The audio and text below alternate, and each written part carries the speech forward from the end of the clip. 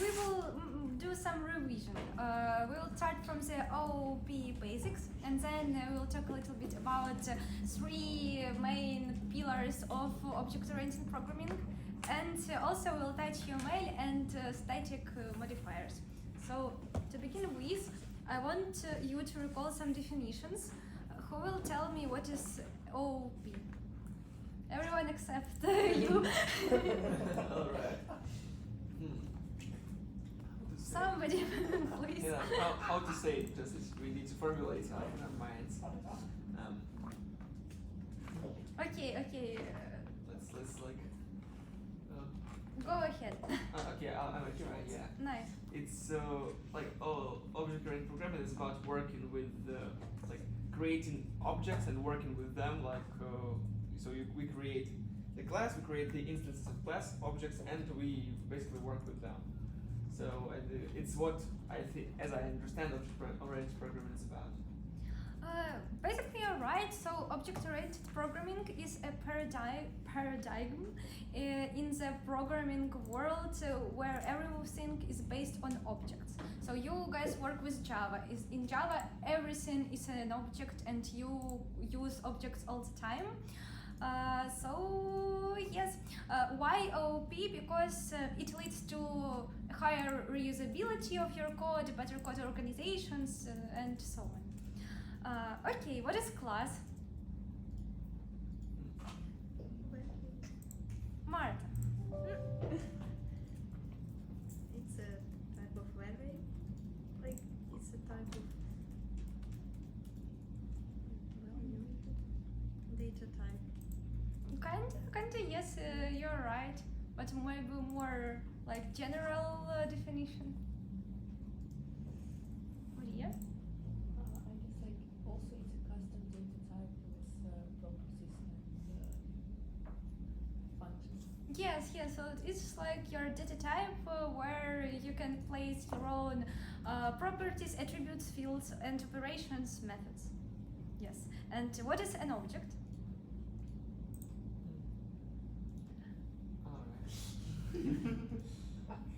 Like list. Denise, what is an object? I have no idea how to explain it. Try your best. We just spoke on previous week that you already forgot that. Come on. It is what inherits a class.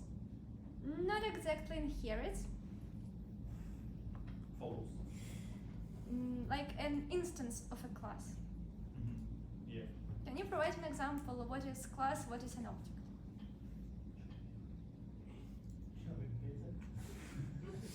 Person, Peter. Nice. Okay, so everybody is clear on that? Okay, that was all in interaction, so you can relax and we will go on. So, as I mentioned before, Java is completely full of classes and objects, and you use them all the time. For example, here I provided some examples like math, for example, math random, date or string. String is also a class. And you can use these classes like usual. You just create an instance, for example, with date, and that's all. But you can also create your own classes. And it is very interesting because it really, as I mentioned before, helps you to create reusable components and to organize your code better. So you will have a hierarchy of different classes. And this is really an important stuff when you are building big applications, complex projects. So this is really important. And let's recall a little bit. So here you can see the class circle. It has fields, for example, point and point circle and double radius. And it has its methods, like get perimeter and get area. And here you can see that when you create an instance of the class, we have no constructor in this class, so we use default constructor. And if we will print our fields, they will be set to the default values, and you can see them on the screen. So it is, if it is an object, it is null. If it is a double or int, it is a numeric type, and for example, it is boolean, it is false. But you can create your own constructors to apply it and to set some values to your object properties. For example, you can create a constructor with no arguments, and you just specify, like in the example, some default properties. If you're not okay with these ones, you can create your own which fits to your field of requirements. Or you can make a constructor with arguments, and that's how you set values to your object. Here you can see that you can use this notation or this. You can use a keyword this to specify that you are setting a variable to this kind of specific this field of a specific object. Okay, so and let's recall a little bit methods parameters. So as you know, if you are passing as an argument as a parameter, for example, a primitive type like int or double, and you make some operations with it. For example, here in this example, we multiply our x by 3.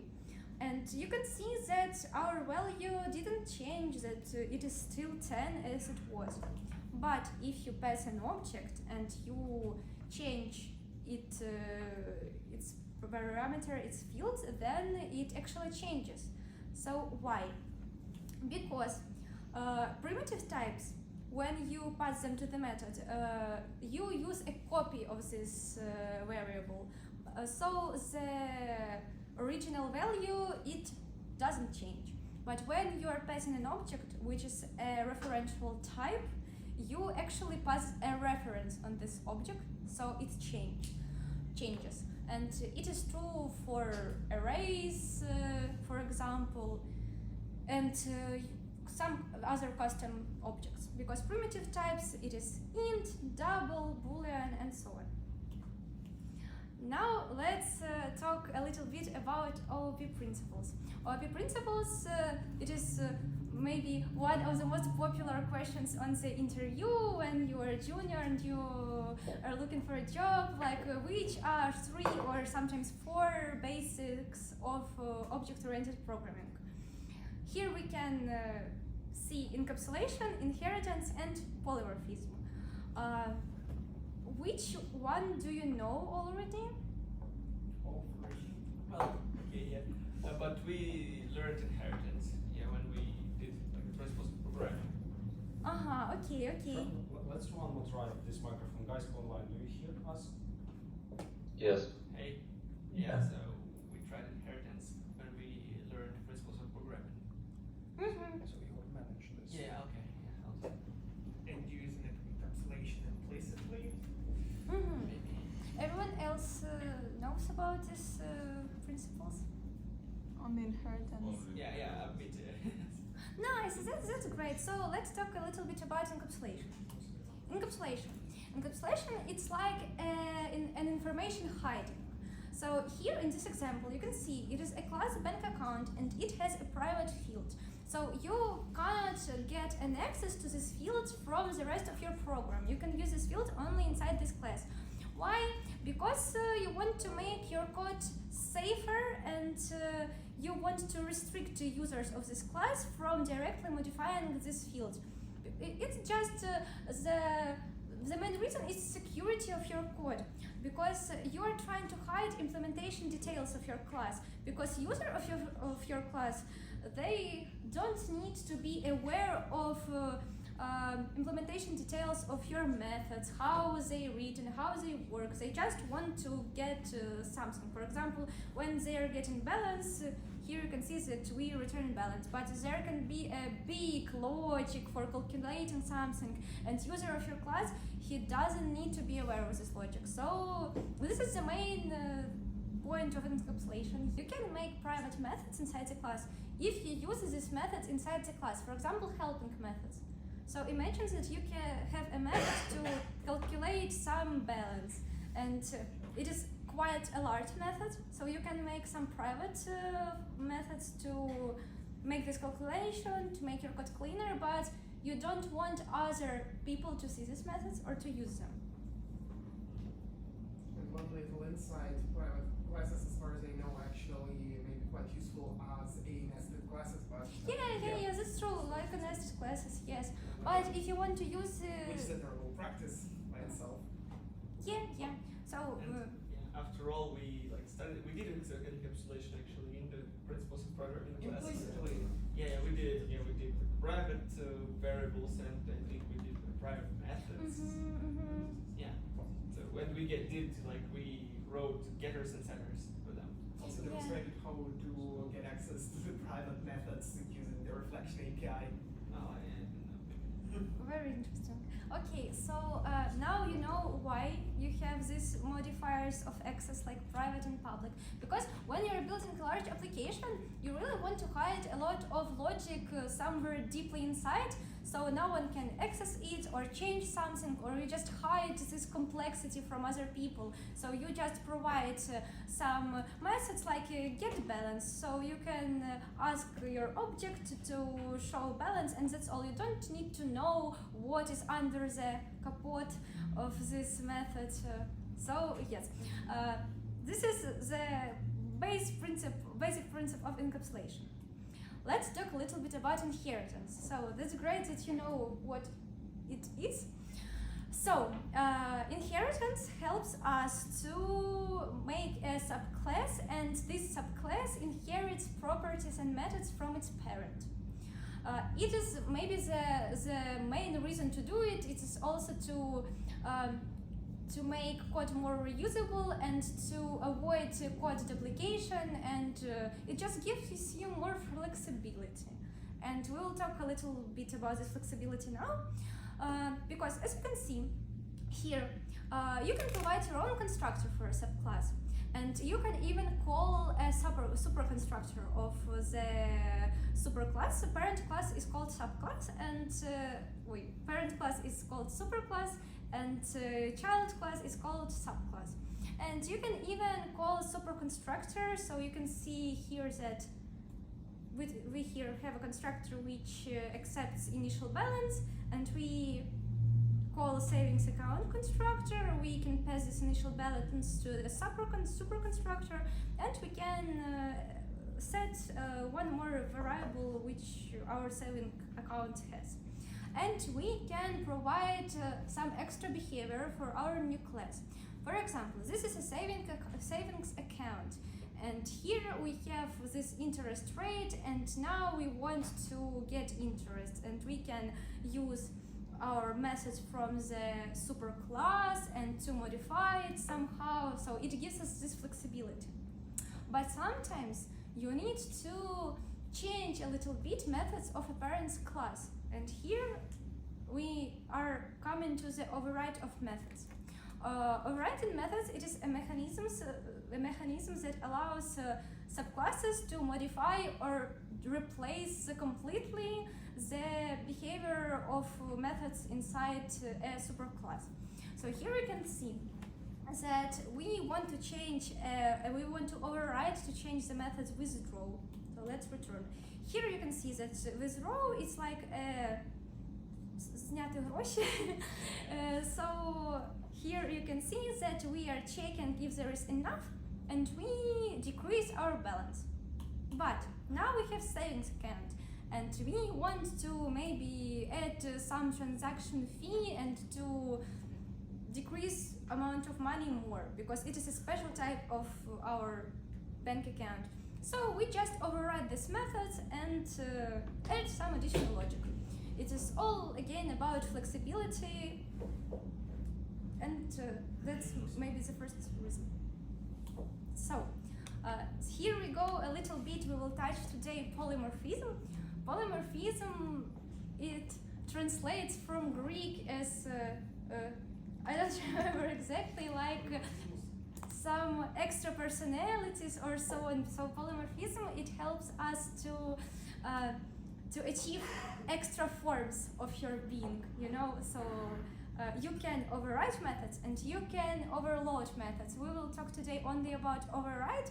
As we mentioned before, here we have a superclass animal, and we have two classes which extend or inherit this superclass. We have a method inside a parent class, and we can override it so it will more like fit to our child. So dog barks, cat meows, and so on. And here, when we will test this class, we will get the right values. So this is about override. Can you explain again why do we use override? For what? Okay, so for example, you have a superclass manager, but there are different types of managers. Like it can be a manager of a classroom or a manager of a building and so on. And imagine that manager, it has methods like manage, but all these subclasses, they have a little bit different how to say, obviously responsibilities, yes. So they have a little different responsibilities, so you can change them and apply to your needs. And for that we use just all this override. Yes, I want to point that look at this class animal. All animals make sound, all animals. This is something that is true for all animals. But when you inherit this class animal, here we can meet some differences. Because, for example, dog barks, cat meows, or maybe we want to add bird. Bird flies. We can add a new method fly, which cat and dog don't have. So this, for example, cat extends class animal, and cat is also a class. Yes. And cat can, for example, be like cat named somehow Yes, different Tom. cats, so it's like a superclass. And override makes them do what? What is superclass? No, what is I think when catch the override. Yeah, come again. Hello? Yeah, they hear you, yeah. I think so. So the override, which job does override? Override helps you to modify a superclass method. To modify or to completely change its logic. What if we didn't have override? What would happen? Maybe. So let me ask, and maybe, so do you asking just about this add override keyword? Just the override keyword. Yeah. Just in the command, just override keyword, the syntax. Yes, it is a part of syntax. It is called annotation. Everything which is written after a sabbatical, it is annotation. What would be if we didn't have override? Would our program work? I think yes, but maybe it will be highlighted that your syntax is not right, because now compilers are smart enough and they see that you have the same name, the same signature. So you have the same name and the same arguments. So it will recognize it, but it will highlight your code. So for each subclass of a superclass, we need override. No, you don't need, but you can. If you don't override this method in the dog class, when you make an instance of dog, it will write some sound. So you just can skip this part if you don't want to override. But you can do it. You need to make override on each method. No, you can, but you don't have to. So what would happen if we don't write override? It inherits fields and operations from its parent. But will it see our class dog? Yes, it will see, because it is a child of a parent class. Override is more of the readability thing. So when Maybe, you, yes. Yeah. So when you can see all the methods that you took from the parent classes and not get stuck while thinking, where did that came from? Yes, it's true. Readability is very important stuff when you write the code. So yes. So maybe you have some other questions, or everything's clear. Do you understand? Yes? No? I do it. Okay. Like, let me sum up. So Yes. it is used for the subclasses Yes. and for the methods which are which have the same name basically, and which So, override is used to override basically methods and to change change the functionality or update the functionality of the existing class yeah, that's true. of the parent class. So look, you have this class animal, which has method. You can create new class, and it basically can be empty. So imagine that there is no this part. But this class will also have this method because it inherits all functionality from the animal. And if you want to override it, then you need to write this. You need to write this annotation, and you name your method exactly as method which you want to override, and write the new logic. So it means if I have my class dog and I want to write a method, make sounds, but without override, but in my method it will be written that the dog barks.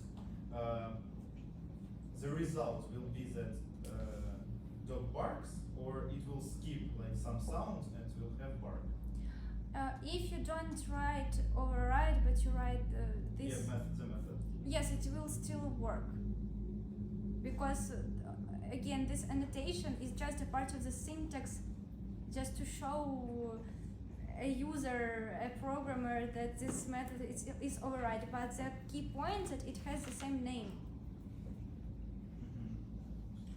If if it is the same name, we need to override. You don't need, but you I can can. if you want. Yes. Yes. If Yeah, I so, just so, want- so basically, let's just keep that syntax, that when you change, like Igor said very precisely, when you want to change functionality of inherited class, you override that. And if a you method. override the method, you put override annotation. You must put override annotation if you override the method. Basically, you will not create methods with the same signature, not overriding them. That's just truth of life. That's why, so this is it, yeah. So just part of the syntax, you never used these annotations before. Now you see it, it could be, oh, what is that? This is just part of the syntax, that's it. Okay. Yeah. Thank you for your questions. Yeah. Of course. So polymorphism is just an ability to make several children.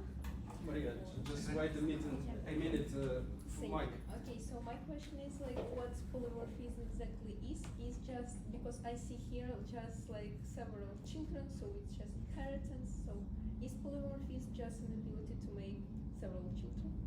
Or what? No, an ability to make children is inheritance. Yeah.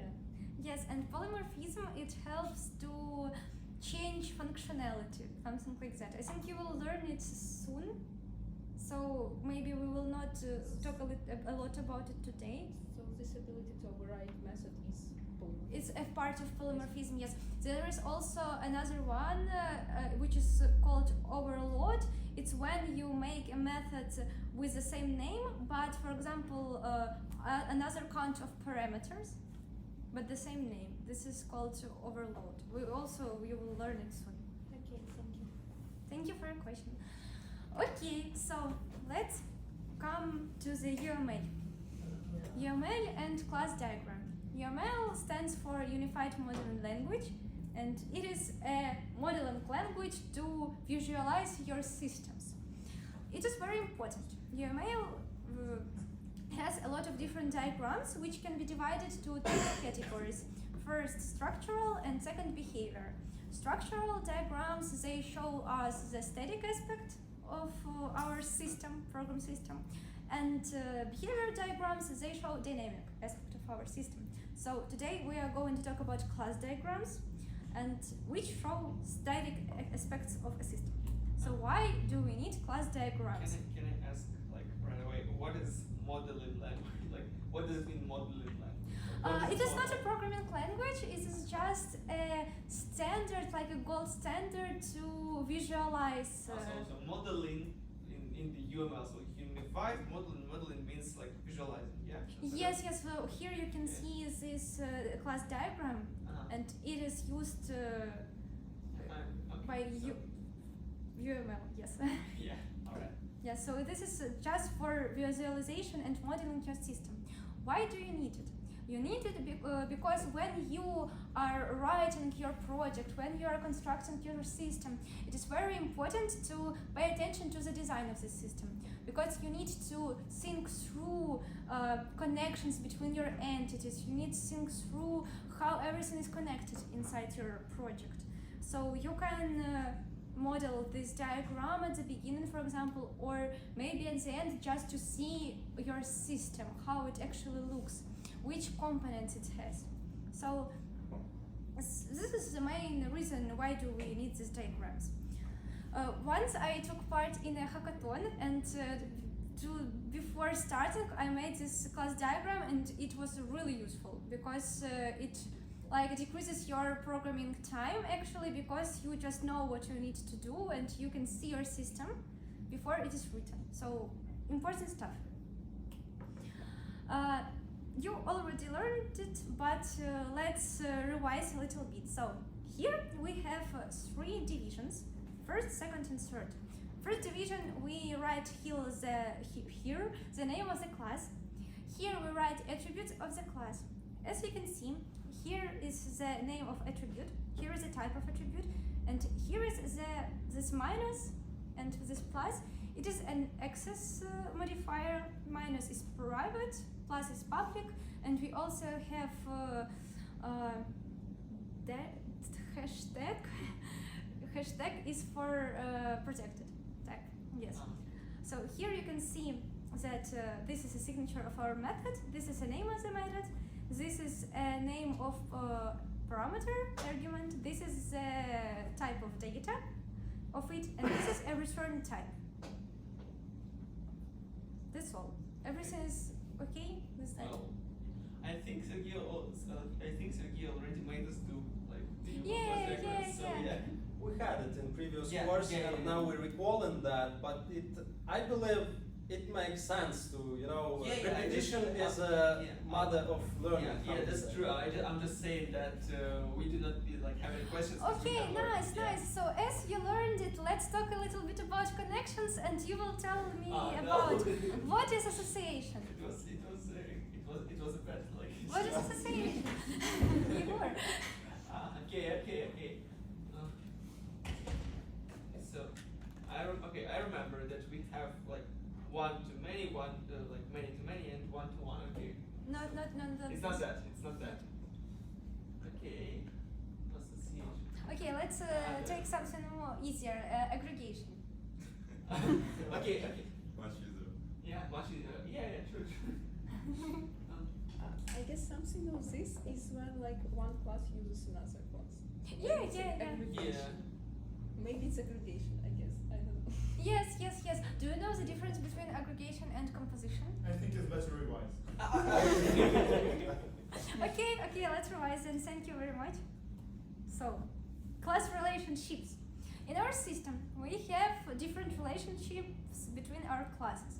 First of all, it is the simplest one. Inheritance or is a relationship. It is, you need to draw this arrow, like empty inside, triangle arrow, and it stands for inheritance. It means that these are subclasses of this superclass. That's fine. Then association. Association is just a connection between two classes. But for example, we have a school, we have teacher and student, and these classes are connected. Because, for example, a teacher puts marks for a student, and that's all. Now dependency. Dependency, you can see this dashed arrow. Oh, I'm so sorry. Dashed arrow dependency is when one class is dependent on another class, and here is an example. Web application depends on the database. You can't build a web application without a database, and if you change database, your web application will also change. Okay. So this is a dependency. And here are the most important types: aggregation and composition. Aggregation, we have this empty romp, and composition is a filled romp. So What is aggregation? It's like Maria said, part of relationship when class 2 is part of class 1. Class 2 is part of class 1.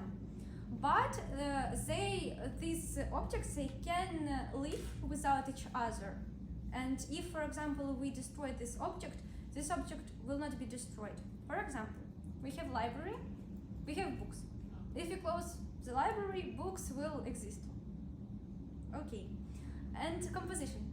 Composition is a stronger aggregation. It's like another type of aggregation when these two classes, they can't live without each other.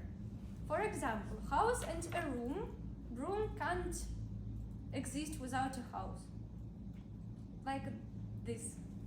That's romantic. Yes, that's true. So, that's all I think. That's great. Thank you for attention, guys. It was really nice to talk to you. And now I am giving the floor to Vladislav. So, today I will cover a very interesting topic, small but interesting topic. I think you all already saw this modifier, static, and today we're going to talk about it a little more, a little bit. When you're adding a static modifier to the field, it means that in this class there are going to be only one field with such name. In contrast, all other fields going to be copied with every object, but the static field is related to the class, not to the object. Here we have the example, the employee class, and in employee we have instance field ID. It's an ID of employee of some factory or I don't know. And also we have static field next ID. And the logic of next ID, it's the ID that we're going to set to the next employee, to the next object of employee. Because ID can't intersect, all ID needs to be unique, so we need to know the next ID that we can set to the next object of employee. And the thing with static is that we can create 1,000 of employees, and we're going to have 1,000 of IDs. But every object of those employees going to have the same next ID. And so we're going to have 1,000 of IDs and only one next ID. And it's very important that next ID, the static field, is class related, not object related. And as Vanya said and asked you already, I wanted to ask you this question, what's the difference between class and object? And it's very important. And don't be worried if you don't understand the difference between class and object, you will understand it later, but you need to have this concept that this is very different things. And they're connected, but it's very different stuff. Yeah, so here we have a method set ID.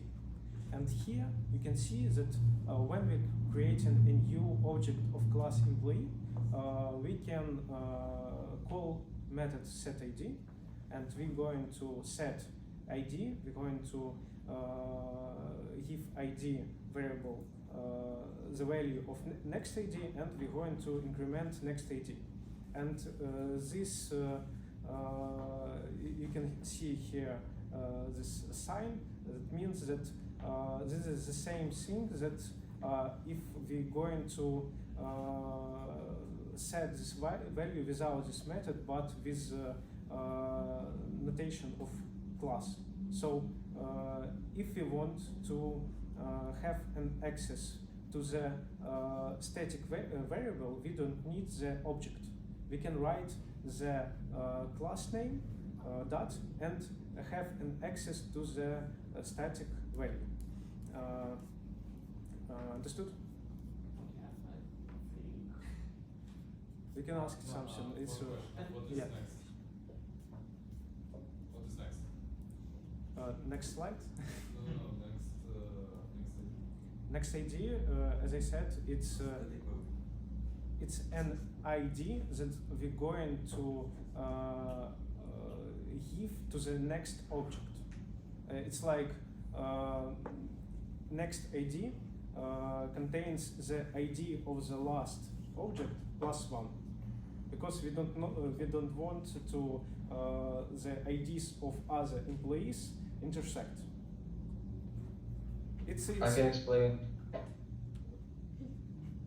Thank you, God. It is our blended mode, you know. So our guys from online they participate. Let me explain who it was. I don't know. Yeah, go. Please. If only if you don't understand, I can explain. If you understood it, no point. So basically, usually in databases, each object has to have a unique ID. So you have to, like, you can distinguish your, for example, employees by their ID. And when you create an employee, you have to give it some kind of this identification, ID, shortly saying. And each ID has to be unique. So when you create an employee, you assign it some variable, next ID. And each time you create an employee, this next ID increments by one. So each employee has a unique ID. Hope it helps. Thank you. But don't we have to set a counter to initialize a separate number of IDs? Like in previous course and Yeah. in this as well, we created a counter, like in the methods like this. Mhm. Like this. Don't you have to do this? Why do we need to create a counter if we have already that we installed this, our next ID starts with 1, and then after each ID, I think they clear. Yeah, and then after each ID it has plus plus, like it goes one more number. But we have as like a number with this IDs, no? Or is it just for, an example? for each employee we have its ID, and for each employee we initialize the number of ID we initialize, the number of employees we have. Yeah, but we can't know how much employees we have created. Yeah, of course, we just, after each employee, we just write employee next ID plus plus, right? Yeah. And for example, we can create 10 employees, and after 10th, we will have information how many employees we have. Next ID here in this example, next ID is like count of employees. Yeah. It's abstract. It's just an example. But why do we have it in private? Private. Like we have our private static ID 1 and our private ID. It's an interesting question. I think a static can be not private. Maybe some. It could be both. Yeah. Could be private, could be public. So it depends how we want. But we can reach it through this such notation even if it's private, because it's not just instance field, it's a static field, and there are such rules for static fields. Yeah, so maybe in proper context I could say, so if it is really kind of outer world, then I'm not sure that we could access private static fields. But if it is kind of the same package, there are some exceptions, but they are the same rules. But if it's public, yeah, we could accept that. Okay, so just static fields, it's not a very common thing, and more often we use static constants. And here you can see static final double, and in this is a great example, because here we have a constant for the pi, and in such example you don't need to create an object of the class mass to reach the pi. You can just use such notation, and you don't need to. And for class mass, there going to be only one instance of pi in the memory, and you don't need to create pi for every object mass. And also, you already saw such example class system and static final field out that works the same way. And let's move on to the static methods. So static methods. Yeah.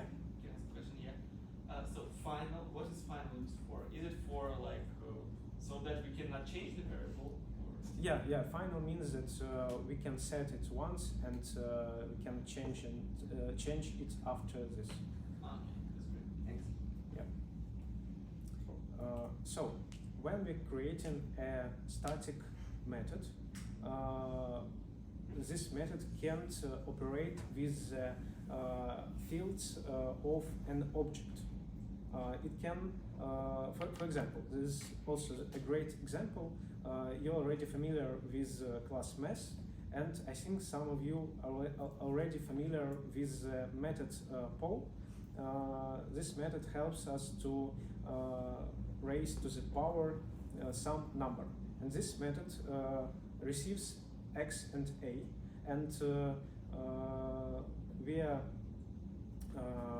raising x to the power of a. And for this method, we don't need anything else. We need only all those parameters that we are passing in this method. So also the same thing as with a pi. We don't need to create an object in the memory, an object of the class mass. We only need to, we can call it from the class mass. And you can see, you can imagine it's like we are encapsulating some logic in the class for our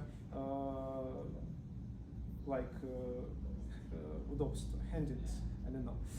So this method don't use any this, because this method don't use any object-related stuff. And this is first example. And second one, we need static methods to operate static variables. So here we can see the method getNextID that related to the employee class example, and this method returns the next ID field, because next ID is static field, and to operate with static fields we need static methods. And here you can see an example how we can get the employee next ID in any situation without creating employee object. And here you can see this is pretty simplified rules, but two options where you can use static methods. First one is when a method doesn't need to access the object state, because all needed parameters are supplied as explicit parameters. It's like in mass power. And second one, it's when a method only needs to access static fields of the class. Any questions here? Okay. And this is not so important. It's I think it's a little bit high level stuff, but I will talk about it a little bit.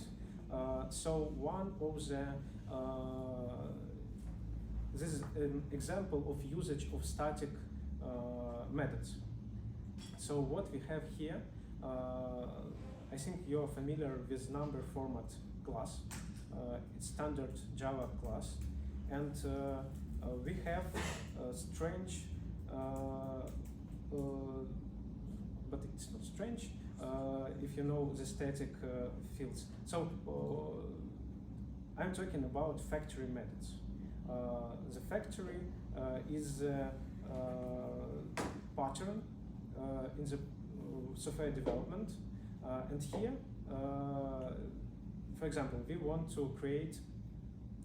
Okay, so factory method returns the object of a class, and here we have number format and some factory method. For example, get currency instance, and this method returns the object of a class that inherit number format. Okay, it's okay. I think it's a little bit hard. It's a little bit. When looking at the code, it's less hard. I think even like quite a bit useful. What? Quite a bit useful. I think we need to understand inheritance and polymorphism before we can touch the factory methods. Okay. And I want to end my talk with main method, because all of you worked with main method and all of you saw the static annotation here, there, and it's quite logical because you can call the main without creating an object of the class, and the main method do not use any object-related variables. Main method always creating the objects to work with. So I think now it may be a more you can understand more why we need static notation in main, or not. Yeah. Okay. So, for example, if I delete static notation from main, Yeah. if I try to run the program, will it run? No. Okay. Okay. So the compiler, so the IDE automatically calls the main method from the application, right? So it does the call like application.main. Yeah. But it's not the IDE that does it, it's it's JDA who does it. Okay. So, okay. Okay, so if there are no other question, I hope I can give mic to the Sergey. Yeah. Thanks. I would like to propose you the quick task, okay? So we know about aggregation, composition, static methods, static members. So my basic idea for you, very interesting, hopefully very interesting task, is could you please create such application which encapsulate snowman. What is snowman? Snowman is a pane. Okay, you remember what is pane? Pane absolute position, and we could have that. So we would like to inherit pane class and name it snowman. And we would like to have in this snowman on this basically pane, because snowman is pane. Okay, we could put on pane something, right? That's why we could put on snowman something. What do we want to put there? Something like this, right? 3 circles.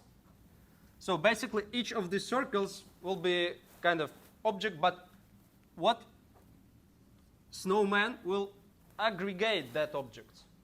Even, well, it is composition relation, because these 3 circles have no any sense without this one snowman. So I want you to create this, so you create application, then you create additional snowman class, you inherit the snowman from pane. In some constructor of this class, you just create 3 circles, put them in correct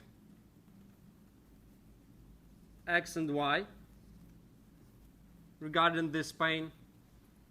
And after that, in your app, you just create several snowmans.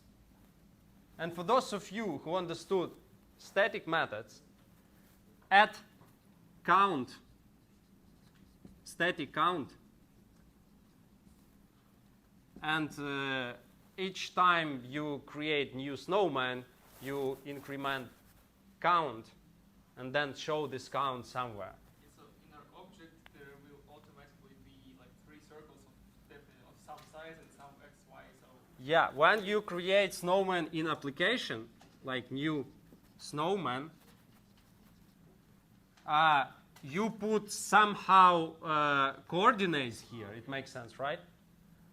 But you could, no, you don't have to put coordinates. You can, basically. It depends. Your application will have pane or VBox. You decide. You could put 3 snowmans like this in VBox or in HBox. So you decide. Regarding coordinates, it is your decision. But because a snowman is pane, so you could easily put it somewhere like at all, yeah? Put it into our main container. It seems complicated, but it's quite easy. We will help you just now. Just ask questions. We would like to make it very quickly. If you could, we would be happy that you play with aggregation or composition. This is the main idea of that. You create your custom component, and you draw your custom component somehow as you decide. This is quite inheritance and this composition aggregation logic. Let's do it.